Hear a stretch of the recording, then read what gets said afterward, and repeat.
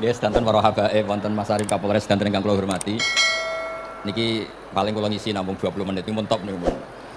Terus katanya niku ahlul ilmi dihormati, tapi nyatanya dipeksa. Terus memang banyak paradok dalam ilmu usul fikih. Ilmu usul fikih itu ilmu yang menjadikan orang itu bisa berpikir. Terus kalau tak cerita tentang pertama tentang Ki Akil sing al ma'ruf bi ahli nahwi. Nahwu riyen di era dulu itu dadekno tiyang dadi wali. Sampai disebut hatta nahat qulubuhum li nahwihi famin azimi sya'nihi lam tahwihi. Terus orang-orang baik niku ketika usul teng pangeran nyebut Allah la ilaha illallah mboten saged.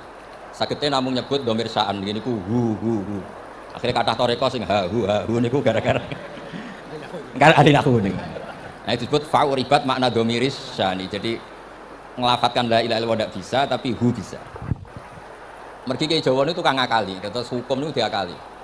Sakjane teke hadis niku mangkana akhiru kalami la ilaha illallah dakhalal jannah. Tapi ada kekhawatiran pas la ilaha mati. Lan la ilaha mati ra radi koyo ateis. Ora ono pangeran maujud mati. Sampeyan kan gak iso janjian mbek Israil. Kan mboten saged weanan, mboten saged kong kali kong. Nah, daripada la ilaha niku resiko karena takut mati pas la ilaha dereng illallah. Terus Ki Jawa mulai nalkin ngangge Allah. Tapi Allah sarasan itu tidak mewakili la ilaha illallah. Akhirnya diambil dhamir sya'an fa'alam annahu la ilaha illallah. Niku asal usul. Cuma kebetulan thariqah kita tidak jalur itu, tidak jalur yang lewat dhamir napa? Sya'an. Tapi sementing tadi dawuh Kiai Mustafa, sementing kita tahu secara ilmu. Terus nomor kalih cerita uzlah wae. Lan memang bener-bener uzlah. Terus kalau niku diundang acara-acara publik, mari Habib Jintan gitu. Hanya di halaqah ilmiah. Kemarin terakhir beliau ngerayu ini dari marrotan wahidah. Ini saya pegang. Dan itu dicatat di Loh Mahfud. Dan ciri utama kiai itu tidak membatalkan perjanjian. Jangan jauh marrotan wahidah Mas niku. Terus ngeten kula cerita sithik tentang ilmu yang sering kula utarakan. Di antara kitab yang dipakai guru-guru kita, yang dilanggengi Mbah Mun Maus kitab Ihya. Kula dari sekian cerita Ihya yang paling kula kenang niku bahwa ternyata Allah itu andaikan boleh dibahasakan niku cara berpikir itu dalam bahasa tafsir disebut tanazul niku wong ben kaya orang kebanyakan. Saya ulang lagi supaya orang itu kayak orang apa? Kebanyakan. Ada dua ahli neraka yang dipanggil, yang satu ditakoki, "Cung ning neraka piye rasane?" "Syarru makan, mboten enak Gusti." Terus mbek pangeran tiken balik, "Ya wis kono cung mlayu balik nang neraka." Niku tiyane lari kencang, sekencang-kencang. Semangatnya seneng ambek kon balik ning neraka. Ditakoki mbek pangeran, "Lho cung kon mara neraka kok seneng?" "Kula nu pun kapok Gusti, kula nu nyesal ketika di dunia nak jenengan utus niku lelat-lelet. Niki kula tobat dengan bukti dikan jenengan teng neraka kula mlayu." Dulu pangeran akhirnya haru wong semangate mlebu neraka kaya ngono. Mergo diperintah pangeran. Ya terus niki ijazah jenengan akan mlebu neraka jenengan sing semangat nggih. Karena zaman ning donya sering diperintah Allah mboten apa? Semangat. Nah niku kemungkinannya dibarno, kemungkinannya dipanggil. Lah dalah yang itu terus dipanggil ke Allah. Ya wis kaya wong apik. Tak kongkon nurut tenan, semangat tenan, terus dikan mlebu swarga. Nah niki ijazah pertama nggih. Dinaken mlebu neraka sing napa? Semangat. Sing kedua niku dipanggil ku plengaan lelat-lelet. Kados kula diutus Gus Mus niki nelpon kula mboten purun akhirnya ning Bika jare matur Gus Subak. Turuti ya, aku diamuk Bika jare Bapak. Terus niki melibatkan sekian pihak untuk memaksa saya datang ke mriki. Aduh, repot sawang kempek niku. Repot. Mungkin di sepuro ngoten. Yang kedua niku diken mlebu neraka malih lelat-lelet, ndelok pangeran mboten semangat. Ditakoki mbek pangeran. "Kenapa kamu tidak semangat?" "Saya itu tidak pernah ngira jenengan yang baik sudah masukkan saya ke surga, kemudian jenengan nyuruh lagi saya ke neraka. Saya tidak pernah mengira engkau itu seperti itu." Terus Allah nggih, "Ana indadzoni abdibi." Ya ora apa-apa, swarga ya swarga. Ini dua ijazah untuk sampean supaya bisa masuk napa? Swarga. Terus kita tidak pernah tahu napa Gustofa ngundang kula nyenengno wong akeh ganjaran. Napa maksa wong alim dosa bener ngerti kula cara. Karena dalam ilmu usul fikih, kembali ke usul fikih, kula nu gak ada khazanah kathah tentang debatnya pangeran kalian nabi ini. Kathah, mboten satu dua contoh di beberapa kitab tafsir. Suatu saat kula sering cerita niki, suatu saat Khalilur Rahman Ibrahim itu kedatangan Israel. "Kamu mau apa? Mau matikan jenengan?" Kata Nabi Ibrahim, "Harra'aital Khalil yumitu Khalilah." Mosok aku kekasih pangeran dipateni, mosok orang yang dicintai membunuh yang dicintai. Orang yang mencintai seseorang kemudian membunuh yang dicintai. Tidak ada itu. Akhirnya Israel mata teng pangeran. Cara politiknya ngeten wae sing cara lagi seneng ngendikan politik. Wani kiai lengser dari beliau. Ono. Nak kula niku ahli tauhid wis pancen kodok kodare ngoten mawon mboten berpikir ruwet-ruwet. Terus Israel kan mboten biasa logika kan malaikat itu SOP kan, mboten biasa logika. Akhirnya matur pangeran kata Ibrahim, masa kekasih bunuh yang dikasih, masa yang mencintai bunuh yang dicintai. Tapi Ibrahim baru sadar ngadepi pangeran gitu, lebih pinter. Terus kan ketika Allah fakullahu, katakan ke Ibrahim, harlo aital khalil yakrohu ayal khalilah. Mosok jari seneng aku kok ketemu aku rawani. Jari seneng kok rawani ketemu. Lah niki sampean kepen mati monggo ngeke ilmu sing niki. Wong jari seneng pangeran kok rawani ketemu pangeran. Seneng seneng ketemu. Ibrahim seneng sakit. Yo mati saiki apa mati saiki. Terus kedua, niki cerita karena ini pondok ilmu. Orang harus biasa pakai logika usul fikih. Politik juga gitu. Nak kiai politik rawan kena syubhat. Tapi nak wong soleh oleh politik, kue ridho dipimpin fase-fase kabeh. Ya, mboten ngerti, mboten bener iki pokoke ngoten. Yes, itu memang logika usul napa? Fikih. Logika usul napa? Fikih. Ketika Nabi Adam badhe didamel, niku materinya saking bumi. Pertama sing diutus Jibril. Jibril ambilkan qabdatan minal ardi, segenggam bumi. Saya mau bikin Adam, materinya dari bumi. Setelah datang ke bumi mau ngambil ista'adzat billah. Maksudnya ista'adzat billah, a'udzu billahi minka, saya berlindung Allah dari kamu. Antasinani. Kalau dengar Gus Tofa dari ahli nahwu terus kalau niki tak goleki tenan pancen syanahu muta'addi bi nafsi. Mungkin nak dibuli ku antusinani ora panjang nanti cerita. Saya tidak ingin bagian dari saya diambil, kok aku bolong. Itu cara bumi itu sudah masalah. Terus akhirnya Jibril kembali, ya Allah, dia berlindung kepada engkau maka saya lindungi. Allah membenarkan Jibril, Mikael juga sama. Tapi ketika Israel itu masalah memang. Ketika disuruh ngambil bumi, buminya ista'adat billah, tetap diambil. A'udzu billahi minka antasinani, saya berlindung Allah supaya kamu tidak melukai saya, menciderai saya dengan mengambil bagian dari saya. Kata Israel, wa a'udzu billah alla unafidhu amroh. Saya juga a'udzu billah diperintah Allah kok tidak kasil. Kudu kasil. Lah saya tidak tahu yang benar istilahnya Jibril apa istilahnya Israel. Terus memang sudut pandang. Makanya dulu ketika banyak pondok putri itu kiai-kiai kuno dulu itu menentang. Alasannya nggih, nak bojone jelas khawatir kiai ini kecoba itu jelas. Tapi banyak kiai itu nggih khawatir tenan. Kecoba fitnatin nisa. Tapi ketika logikanya dibalik, apa kamu ridho para perempuan-perempuan muslimat itu tidak dapat pendidikan apa? Agama. Hanya karena orang soleh tidak punya nyali, tidak punya peduli mengajar. Tapi kita saged diwalik. Ustaz-ustaz sing mani pas-pasan niku kowe ridho nak kecoba. Sampeyan milih mana? Ridho kecoba apa ridho bodoh? Nah, logika-logika usul fikih ini yang kemudian dipakai Wali Songo. Dipakai Wali Songo kemudian membiarkan sekian tradisi yang insya Allah itu salah sebetulnya.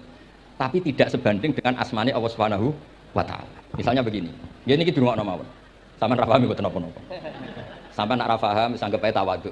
Pantese wong awam yo ora paham. Nak paham dadi kiai. Terus biasa mawon sampean arah paham aja tersiksa. Pancen jenengan mboten kiai kok kon paham.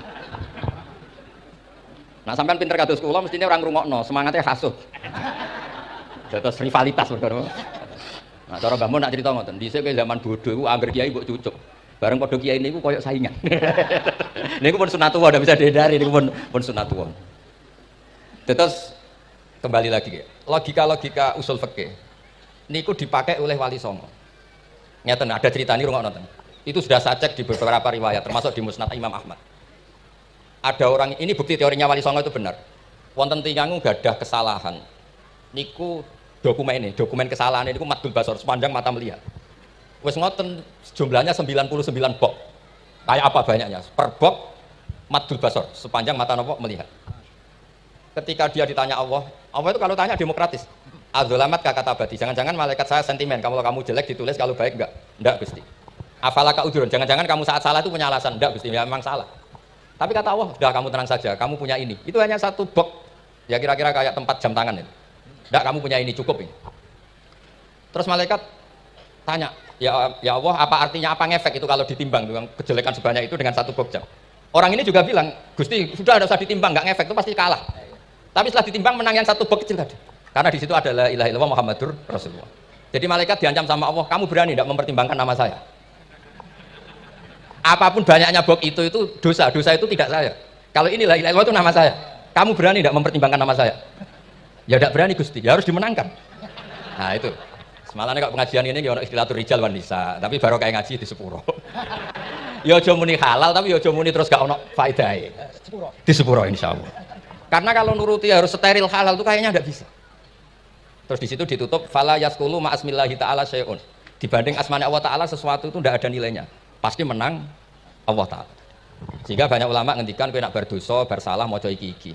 Dan kalau Anda dosa misalnya catatannya satu box terus di bawah ada astagfirullah, malaikat ditanya sama Allah, kamu berani tidak mempertimbangkan nama saya disebut di situ? Nah, saya ini ribuan orang yang undang, saya berani mengabaikan. Bareng ana wong ngaku mbah, ya mbah tenan wae. Ya terus ngoten, kowe wani gak mempertimbangkan Gustofa sing mantune Mbah Maimun. Semoga cara pandang malaikat nanti seperti itu. Tapi nanti kalau malaikat cara pandang, mbah kok tukang makso putu. Itu mbah model opo. Nah, saya ini sudah ngalah satu kali. Berikutnya logika kedua yang insya Allah terbangun di kalangan malaikat. Yaitu mbah ora oleh makso napa? Putu. Ning dinggon mbah yang baik putune dolanan di Barno. Ini ora. Putu lagi asik-asik dolanan. Kon nyapu. Nah, itu udah jenis mbah yang baik. Terus kalau suwun lah ngaji usul fikih yang serius karena itu menjadikan kita bermartabat. Kulo niku sering lepas jenazah tangga-tangga kulo nggih penggane delok TV, nak bengi nggih ngelamun, ngayal suges, kadang yo ngapalo tikus sing liwat dhuwure, saking ra ono pegawean.